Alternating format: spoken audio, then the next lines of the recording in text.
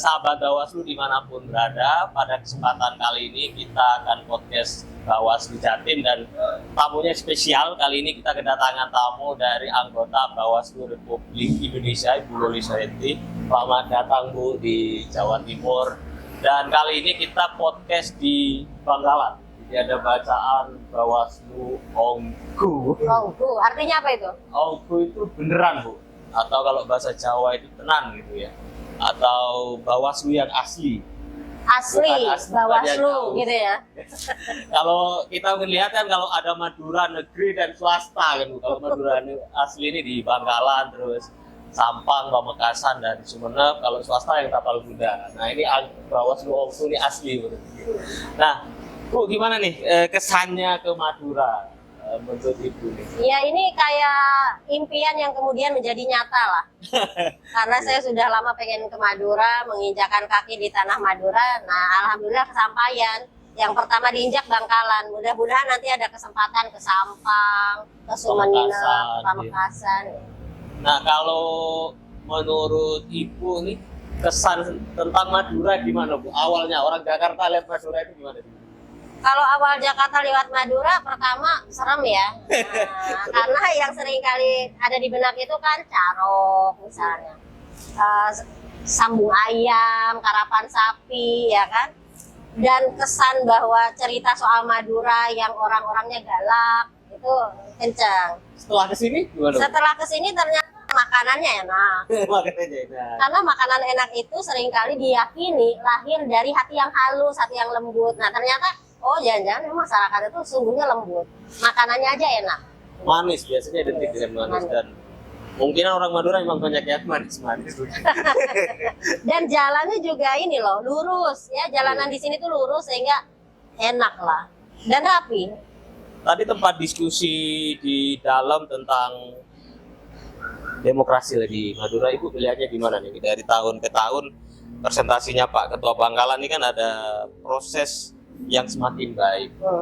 Dari awalnya mungkin dulu setiap pesta demokrasi itu kan pasti ada embel-embel carok kekerasan. Sekarang sudah diselesaikan secara hukum. Menurut Ibu gimana nih ke depannya nih? Ya itu yang menarik dari Madura ya. Yang menarik itu kan salah satu cara kita mengukur apakah kualitas demokrasi kita mengalami kemajuan, stagnan atau malah mundur.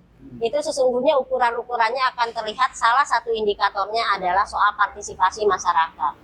Nah dari yang dipresentasikan oleh Ketua Bawaslu Bangkalan tadi menunjukkan kesadaran politik masyarakat di sini tuh udah keren banget loh.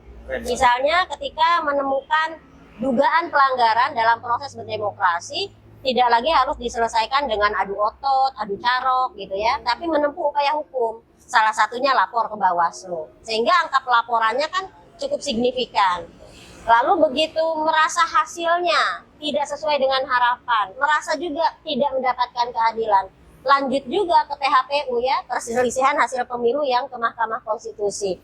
Nah ini sesuatu yang perlu diketahui oleh seluruh masyarakat Indonesia loh, bahwa proses demokrasi di Madura mengalami kemajuan. Orang tidak lagi pakai otot, orang tidak lagi adu carok, tapi orang menempuh jalur-jalur hukum yang bisa dilakukan. Ini menunjukkan pendidikan politik di sini berjalan. Yang kedua sebenarnya kalau melihat catatan dari periode ke periode soal demokrasi di Madura, sesungguhnya ini juga menunjukkan kualitas upaya yang dilakukan oleh penyelenggara pemilu khususnya Bawaslu. Sekarang tuh pencegahannya lebih kuat, makanya kemudian temuan yang pintu temuannya itu menjadi lebih sedikit, tapi kemudian angka laporan tetap tinggi. Artinya memang upaya yang dilakukan oleh Bawaslu itu menjadi penting sebagai sebuah strategi mitigasi resiko. Kalau kita melihat sekarang kan tahapan kampanye ya Bu ya. Kalau kita melihat dalam konteks sekarang sepertinya di luar adem-adem.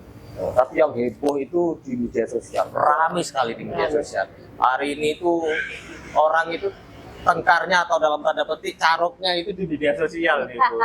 Ya, Caroknya saling antar calon atau bahkan Bawaslu juga bisa kena ya Bu ya. Oh iya. Jadi, Ibu gimana melihatnya dengan realitas itu?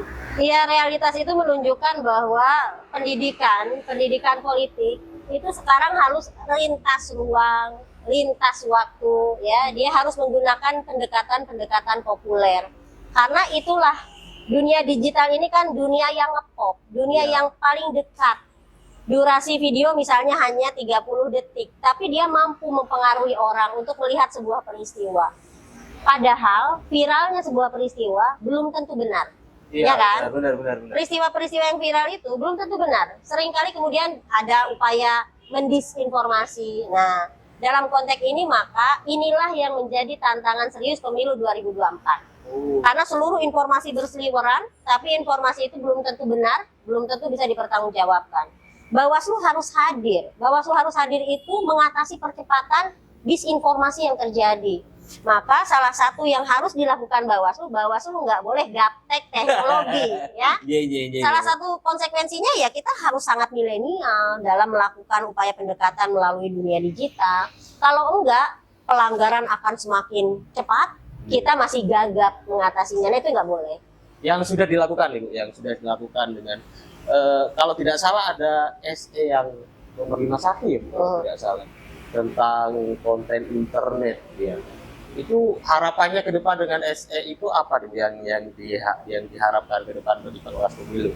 Sesungguhnya harapan ke depannya adalah kita punya kesigapan dalam memanfaatkan dunia internet. Nah, kita harus memanfaatkan sebagai apa? Sebagai media memberi informasi, media mengedukasi, bahkan media mengadvokasi. Supaya orang begitu lihat konten-konten Bawaslu di internet, dia akan tergerak untuk melakukan pengawasan partisipatif. Dia tergerak berani melaporkan kalau menemukan dugaan pelanggaran.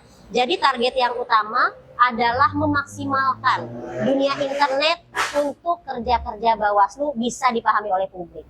Jadi ruang kerjanya juga di sana. Ruang kerjanya kita juga di sana. Otomatis peralatan kita juga harus canggih dong. Boleh peralatan kita nggak canggih, ya kan? Kalau nggak canggih nanti ya kita zong lagi. Nah, kalah dengan ini ya. Iya. Nah, ini menjadi penting. Yang kedua, kita sebenarnya punya tujuan supaya begitu kita melek bagaimana memanfaatkan, otomatis kita dituntut juga melek untuk paham ranjau-ranjau yang ada di dunia internet itu apa saja bagi penegakan hukum pemilu. Misalnya politik uang. Politik uang sekarang kan tidak sekitar serangan fajar, ya. Serangan fajar itu udah selesai. Sekarang gitu ya. Sekarang tuh uang digital, udah gitu diamond di game-game online, ya kan?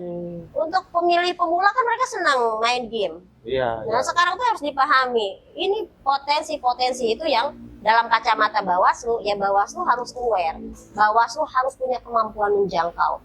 Kalau secara kelembagaan kita punya keterbatasan, ya kita kerjasama. Kerjasamanya dengan apa? Ya misalnya dengan Bank Indonesia untuk melakukan deteksi, dengan PPATK untuk melakukan tracking cepat, misalnya begitu. Karena kalau tidak, kita tidak mampu menjangkau potensi-potensi pelanggaran yang luar biasa canggih. Cepat sekali ya, Bu, ya. Dulu serangan fajar dari pintu ke pintu, sekarang sudah digital serangannya. Ya, hati sekarang tuh serangannya sudah anytime. Sewaktu-waktu, kapan saja. Ini berangkat dari diskusi di warung kopi ya. Sebenarnya kata orang-orang sekarang itu kalau konteks pemilu itu Jawa Timur termasuk salah satu sentral pertarungan. Nah, kira-kira menurut Ibu apa yang bisa dilakukan oleh pengawas pemilu sebagai Jawa Timur sebagai medan utama pertarungan? Kalau menang Jawa Timur bisa menang katanya gitu. Iya. Lihatnya gimana? Apa yang harus disiapkan oleh kita nih sebagai pengawas pemilu nih, Bu? Bagi Bawaslu, seluruh daerah itu harus dalam kacamata kerawanan tinggi. Supaya seluruh jajaran pengawas pemilu tidak menganggap sederhana, tidak kemudian menjadi tidak waspada. Maka dalam spirit pengawasan, seluruh tahapan maupun non-tahapan menuju pemilu 2024 itu harus dipahami penuh kerawanan supaya kita waspada. Itu satu. Yang kedua, Jawa Timur sekarang dianggap sebagai medan pertempuran. Ya karena memang kantong masanya besar. Jawa Timur, Jawa Tengah, Jawa Barat ini kantong suara yang besar, ya kan? Sehingga dalam konteks ini memang menjadi penting untuk menjaga Indonesia dari Jawa Timur, ya kan? Jawa Timur ini kan karakter masyarakatnya yang saya tahu itu karakter masyarakat yang ceplas-ceplos. Dia akan ngomong dia A ya dia ngomong A, B ngomong B gitu ya Jawa Timur ini. Sehingga sebenarnya upaya-upaya pencegahan yang dilakukan ya harus melakukan pendekatan lokal. Oke. Gimana caranya supaya membuat tensi di Jawa Timur ini adem? Nah, Jawa Timur ini gudangnya pondok pesantren. Oke, berarti Mas. Maka pendekatan melalui pendekatan keagamaan untuk meredakan yang panas-panas menjadi penting. Rangkul tokoh-tokoh keagamaan, mau itu ulama, mau itu bunyainya, menjadi penting. Karena ini gudangnya pondok pesantren loh. Makanya dilakukan, ya kan? Pendekatan apa yang paling pas? Oh, Jawa Timur ini juga pendekatannya seni budayanya kuat. Bangkalan ini kuat banget. Wah. Karapan sapinya misalnya nih kayak gini ya. Ya, walaupun saya protes sih kok emang belum ada ya perempuan yang jadi karapan sapi gitu ya. Kalau perempuan ini Bu, sapi sono istilahnya. Jadi kalau karapan sapi itu konteks kecepatan untuk sapi laki-laki. Oh. Jadi kalau perempuan ini konteks kecantikan. Oh, dia nggak Bakal ya, pernah ada upaya gabung gitu ya? Belum ya? Ganda berarti, ganda campuran berarti. Nah. Kalau bulu tangkis. Maka lakukan pendekatan untuk misalnya meredakan situasi yang berat di Madura. Ya lakukan pendekatan melalui kebudayaan. Jadi cara kita memastikan gimana caranya Jawa Timur adem ayem padahal diprediksi akan penuh gejolak. Kepung dia dengan berbagai strategi pencegahan seluruh konteks. Kepung dia. Dan Bawaslu nggak bisa sendirian kan? Bawaslu kan harus rangkul berbagai kelompok masyarakat. Dengan aparat itu pasti kerjasama dilakukan. Dengan masyarakat sipil itu harus, karena amanat undang-undang kita meningkatkan partisipasi masyarakat dalam melakukan pengawasan. Itu amanat undang-undang. Jadi ya lakukan bersama-sama. Kalau kita kerjakan bersama-sama, insya Allah Jawa Timur terjaga, Indonesia terjaga. Kalau Jawa Timur terjaga, Indonesia terjaga. Terakhir mungkin pesan untuk kita semua di Humas atau di Bawaslu apa? Kalau untuk Humas, ya saat ini kan semua mata melihat cara kerja Bawaslu. Maka cara kerja Bawaslu ini akan menjadi pengamatan semua orang. Yang seringkali kemudian membuat kita menjadi negatif di mata publik, seringkali karena lambatnya memberikan informasi yang benar. Sehingga orang tuh tersesat dengan informasi yang sangat cepat di akun media sosial, di dunia digital. Yang informasi cepat itu negatif. Kalau tidak ada kantornya dari Bawaslu, ofisialnya Bawaslu, maka informasi yang menyesatkan itu akan merajai seluruh konten. Nah, menjadi penting Bawaslu itu harus melahirkan konten-konten kreator. Untuk apa? Bikin narasi tandingan, bikin narasi baru yang benar, yang akurat. Sehingga publik lihat, oh ternyata Bawaslu begini. Nah, situasi hari ini membutuhkan kreativitas ya. Publik harus mendapatkan informasi yang benar. Karena dunia ketidakbenaran informasi itu sangat menyesatkan. Maka masuk kita di situ. Jadikan ini salah satu bentuk pertanggungjawaban kinerja Bawaslu. Insya Allah 2024, informasi benar nyampe ke masyarakat, adem kita. Informasi benar, adem. Demikian yang hasil ngobrol santai. Mohon maaf kalau banyak kleru-klerunya. Kalau ngobrol santai itu biasanya ada goreng singkongnya, ada tehnya, ada kopinya. Oh, ngobrol serius ini ya, enggak ada. Enggak santai, terlalu tegak karena podcastnya portable. Padahal sebenarnya pordifnya di sini nih YouTuber, konten kreator, Pak Malikul Amin. Jadi peralatannya semuanya punya Pak Malikul. Sahabat Bawaslu, demikian obrolan kita dengan Ibu Loli Suhayanti. Semoga nanti di lain waktu bisa ke Madura lagi ya Bu ya. Bisa ke Sampang, bisa ke Makassar, bisa ke Sumeneb. Karena beda nih, meskipun Madura beda karakternya. Semakin ke timur, ini katanya keraton nih. Di Sumeneb keraton, tempat lahirnya Pak Ketua, Bu Sisit juga di situ. Terus Pak Nuris, jadi 3 komisioner Bawaslu Jatim dari Sumeneb. Demikian sahabat Bawaslu, terima kasih yang bisa kita sampaikan. Mohon maaf Bu kalau keliru-keliru. Siap. Demikian, Assalamualaikum warahmatullahi wabarakatuh.